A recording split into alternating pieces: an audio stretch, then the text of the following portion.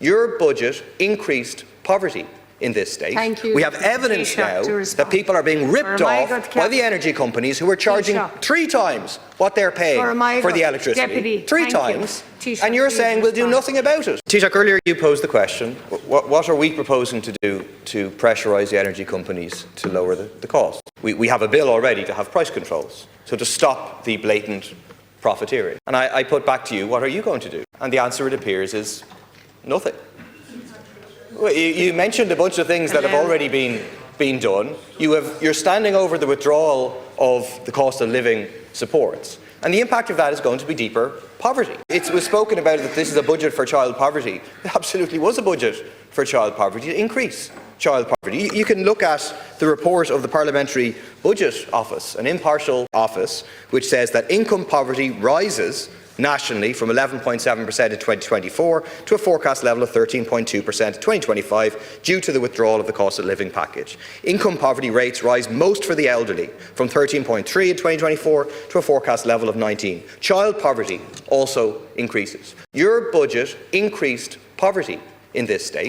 We have evidence now that people are being ripped off by the energy companies who are charging 3 times what they're paying for the electricity. 3 times. And you're saying we'll do nothing about it. We won't do the price control. Power under the Consumer Protection Act to introduce price controls to stop this profiteering, and people want you to act. We will not be introducing price controls. They failed in the past and they would fail again. In terms of child poverty, in terms of consistent poverty is the key metric, not relative poverty.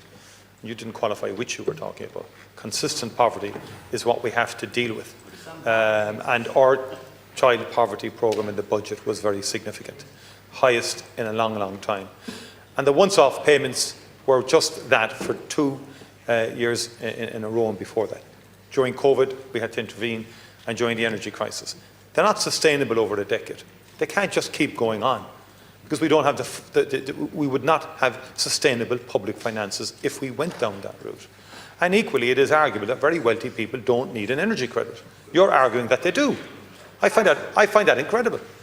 We do tax, and we have a very progressive tax system, which basically means that our income inequality has reduced despite very significant, strong economic growth. We believe in enterprise, you don't. Now, you have a broader view of how markets and economies should run, and that is fundamental to every particular specific proposal that you bring in on a given issue in here. It has to be seen in the overall round in terms of what kind of society you want. I would respectfully suggest the Irish people don't quite want the society that you advocate for.